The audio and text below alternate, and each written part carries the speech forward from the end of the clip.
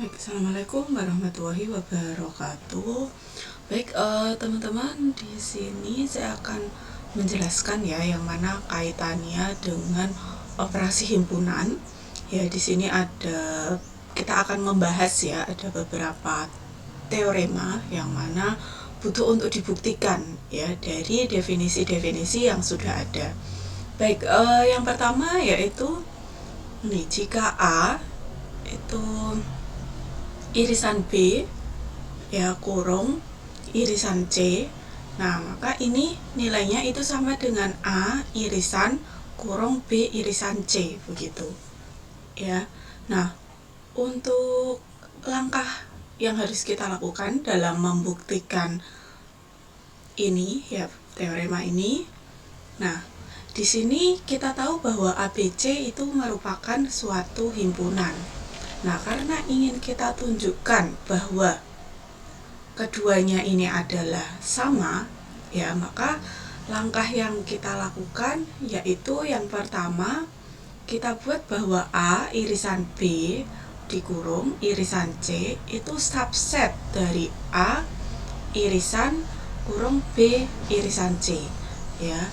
Nah, begitu pula kita juga harus bisa membuktikan bahwa A irisan B kurung B irisan C juga merupakan subset dari A irisan B kurung irisan C begitu ya. Jadi keduanya itu saling subset, ini subset ke sini dan ini juga subsetnya ini ya. Kalau kita ingin membuktikan bahwa dua himpunan tersebut, operasi himpunan ini adalah sama ya. Nah, pertama yang akan kita tunjukkan bahwa di sini kurung buka A irisan B kurung tutup ya irisan C itu merupakan subset dari A irisan kurung buka B irisan C ya. Nah, langkah yang pertama tentunya kita ambil sembarang suatu anggota dari X ya. X merupakan elemen dari A irisan B kurung irisan C begitu ya. Nah, berdasarkan definisi ya kita tahu kalau dia merupakan anggota dari ini ya, otomatis kita bisa katakan bahwa X itu elemen dari A irisan B dan juga X itu elemen dari C ya. Nah, karena X itu elemen dari A irisan B, maka bisa kita uraikan bahwa X itu elemen dari A, X juga elemen dari B, dan X juga elemen dari C ya. Nah, oleh karena itu maka kita tahu bahwa X itu juga merupakan elemen dari A ya, dan juga X itu elemen dari, nah karena ini X elemen B dan C, maka kita bisa sederhanakan jadi X elemen B irisan C gitu. Nah, karena ini dan ya, maka kita bisa sederhanakan lagi jadi X elemen A irisan kurung buka B irisan C kurung tutup ya. Nah, jadi di sini berlaku bahwa untuk setiap X itu elemen dari kurung buka A irisan B kurung tutup irisan C ya, maka X itu juga merupakan elemen dari A irisan kurung buka B irisan C ya. Jadi langkahnya seperti itu tadi. Nah, kemudian kita akan menunjukkan juga bahwa sebaliknya itu juga merupakan subsetnya begitu ya. Nah, kita akan buktikan, kita ambil sembarang ya. Di sini misalkan boleh kita ambil X atau kita ambil Y, teman-teman bebas ya. Yang jelas nanti yang kita ambil dulu adalah X elemen dari yang ini dulu ya, A irisan kurung buka B irisan C. Nah, karena dia elemen dari ini, maka berdasarkan definisi kita punya bahwa X itu elemen A ya, dan juga nah karena di sini adalah irisan maka ini, dan X itu elemen B irisan C. Nah, karena ini irisan maka bisa kita jabarkan lagi jadi seperti ini. Berarti X itu elemen A dan X itu elemen B dan X elemen C begitu. Nah, Oleh karena itu kita bisa katakan karena di sini X elemen A dan elemen B, maka X itu elemen A irisan B dan X elemennya C. Ya, nah ini berarti bahwa X itu elemen A irisan B dan irisan C. Ya, nah jadi dari sini kita peroleh bahwa untuk setiap X elemen A dan kurung buka B, untuk setiap X elemen A irisan kurung buka B irisan C, maka di sini juga akan berlaku bahwa X itu juga merupakan elemen A irisan B kurung tutup irisan C, ya. Nah, dari dua kasus ini karena dua himpunan tersebut saling subset, maka bisa kita katakan bahwa kedua operasi himpunan tersebut itu nilainya sama. Ya, jadi dapat kita lihat bahwa di sini ada sifat asosiatif ya, teman-teman. Ya, jadi di dalam himpunan itu bisa berlaku sifat asosiatif pada operasi irisan. Oke, lanjut. Ya, kita masih ada. Nah, ini ya. Di sini kita ada suatu proposisi ya di sini. Nah, apabila A dan B itu adalah dua himpunan, ya maka bisa kita peroleh bahwa A gabungan B itu juga sama dengan B gabungan A. Ya. Nah, sebenarnya ini sudah jelas ya bahwa kalau misalkan ada A gabungan B, itu berarti objek itu jelas ada di elemen A dan elemen atau ada di elemen B. Ini berdasarkan dari definisi. Nah, begitu pula dengan jika ada B irisan A, ini berarti objek tersebut itu pasti akan berada di B atau akan berada di A, ya. Jadi ini dapat dikatakan sama begitu. Nah, kemudian dari sini kita akan membuktikan ini tadi. Sebenarnya ini pun juga tidak jauh ya, berbeda dengan yang tadi. Ya, kita ingin membuktikan bahwa A itu gabungan B kurung itu digabung C itu sama dengan A gabungan kurung buka B gabungan C. Nah, ini dinilai sama. Nah, bagaimana langkah pembuktiannya? Ya. Nah, sebenarnya langkah pembuktiannya kita bisa menggunakan langkah pembuktian yang seperti kita lakukan pada irisan tadi. Ya.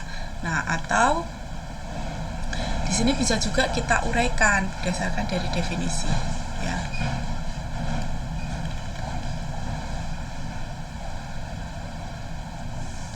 Oke, selanjutnya kita akan membuktikan lagi ya bahwa apabila ada A di sini irisan kurung buka B gabungan C, ya maka akan bisa dijabarkan jadi A irisan B ya gabungan dari A irisan C begitu.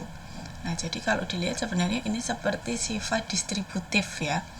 Oke, karena kita ingin membuktikan di sini ya.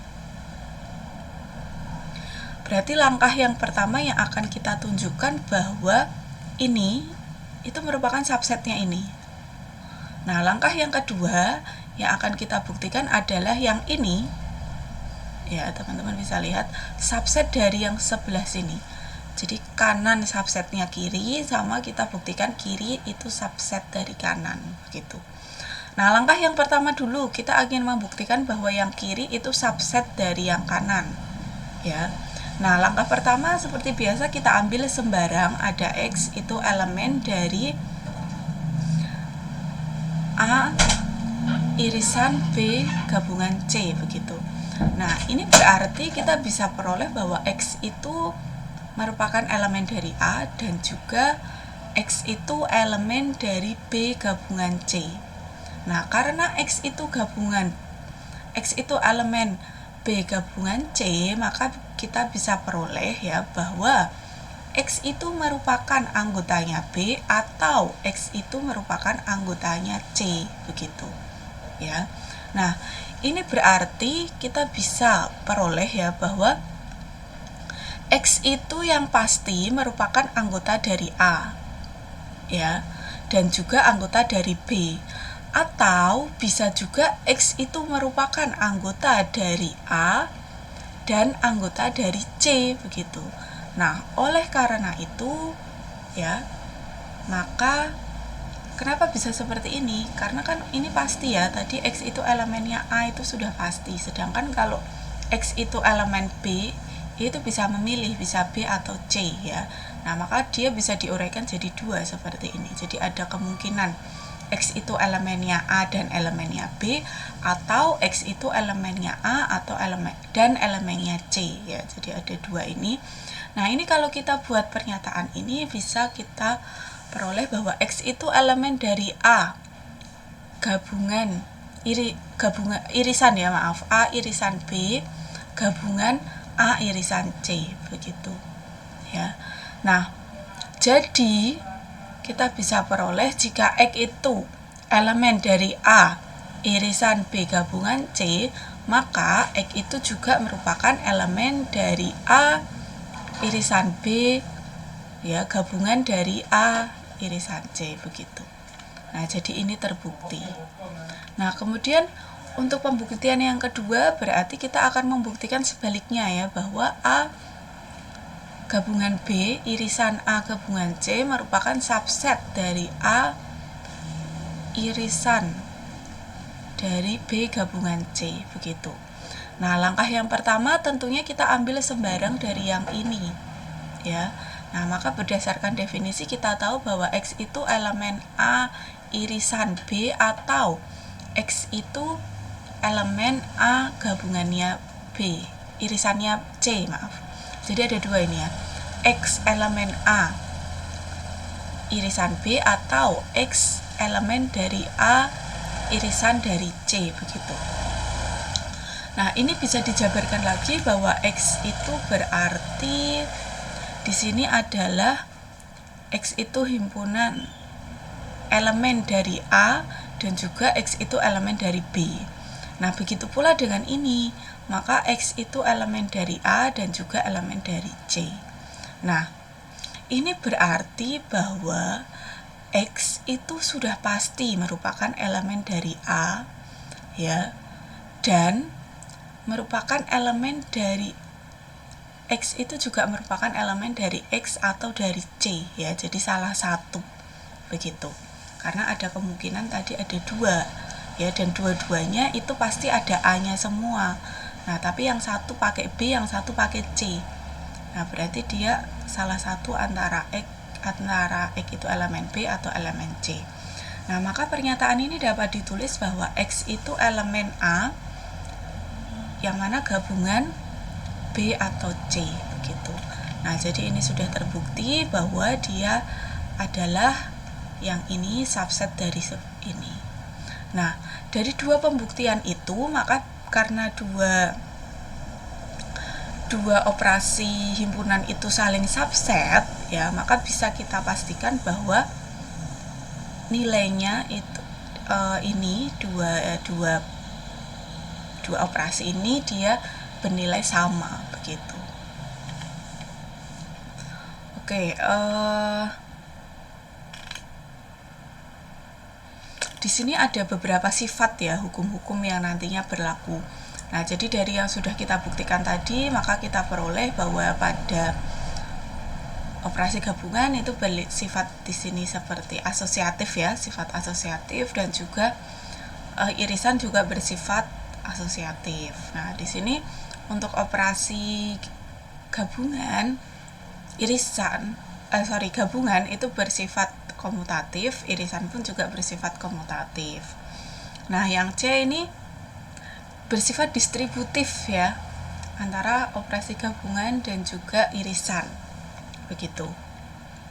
Nah, apabila ada A gabungan dari himpunan kosong, maka dia nilainya pasti A. Apabila ada A irisan dengan A komplement, maka dia hasilnya adalah himpunan kosong, begitu. Nah, di sini apabila ada A gabungan dari A komplement, maka di sini hasilnya adalah unionnya, ya, jadi keseluruhan. Nah, tapi apabila ada A irisan dari unionnya, itu hasilnya adalah A itu sendiri. Nah, di sini apabila ada A, di mana A itu adalah gabungan B dan hasilnya adalah A, maka kita peroleh bahwa B itu pastinya merupakan himpunan kosong. Ya. Nah, maka untuk setiap A, di mana A itu irisan B itu sama dengan A, maka sudah pasti B-nya itu adalah unionnya. Ya. Nah, ini kemudian apabila untuk setiap A di mana A itu gabungan B, nah maka di sini pasti A gabungan B itu adalah unionnya atau seluruh himpunan apabila B-nya itu sama dengan himpunan komplement dari A. Ya. Nah, untuk setiap A di mana A itu adalah gabungan B dan hasilnya gabungan itu himpunan kosong, ya, maka bisa dikatakan bahwa B-nya itu adalah komplement dari himpunan A itu. Nah, jika ada suatu himpunan, ya, komplement dikomplementkan lagi, nah ini double komplement ya, maka hasilnya himpunan itu sendiri. Jadi ada A komplement dikomplementkan lagi ya himpunan A, ya. Komplement dari himpunan kosong adalah union, ya, keseluruhan himpunan semesta. Sedangkan komplement dari union itu adalah himpunan kosong, ya. Nah, apabila ada dua himpunan sama itu digabungkan, maka hasilnya himpunan tersebut. Begitu pula dua himpunan sama beririsan, maka hasilnya himpunan tersebut. Ya. Nah, di sini apabila ada A gabungan union, maka pasti hasilnya union. Kemudian apabila ada A irisan union, maka A irisan himpunan kosong, ya, maka hasilnya adalah himpunan kosong. Nah, apabila ini ada A gabungan dari A irisan B, ya, itu hasilnya adalah A itu sendiri, ya. Nah, pastinya di sini juga akan berlaku juga bahwa A irisan dari A gabungan B itu hasilnya juga A. Nah, di sini apabila ada, nah ini kenapa bisa seperti ini? Sebenarnya kita bisa jabarkan dari sifat distributif, ya, dari sifat distributif bahwa di sini bisa kita jabarkan jadi A gabungan A, ya, irisan A gabungan B, begitu. Hasilnya adalah A itu sendiri. Nah, kemudian yang ini apabila ada A gabungan B komplement, maka dia bisa jadi hasilnya bisa diperoleh bahwa A komplement gabungan dari B komplement. Nah, begitu pula jika ada A gabungan dari B dikomplementkan, maka dia akan jadi A irisan B komplement, maka dia akan diperoleh A komplement gabungan B komplement, ya. Nah, ini adalah gambar diagram Venn.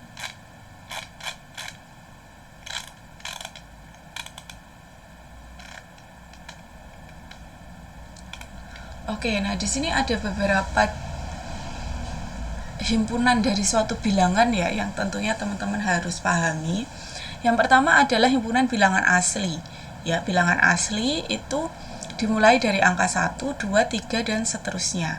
Di mana himpunan semua bilangan asli ini disebut himpunan bilangan asli dan ditulis atau dilambangkan dengan N.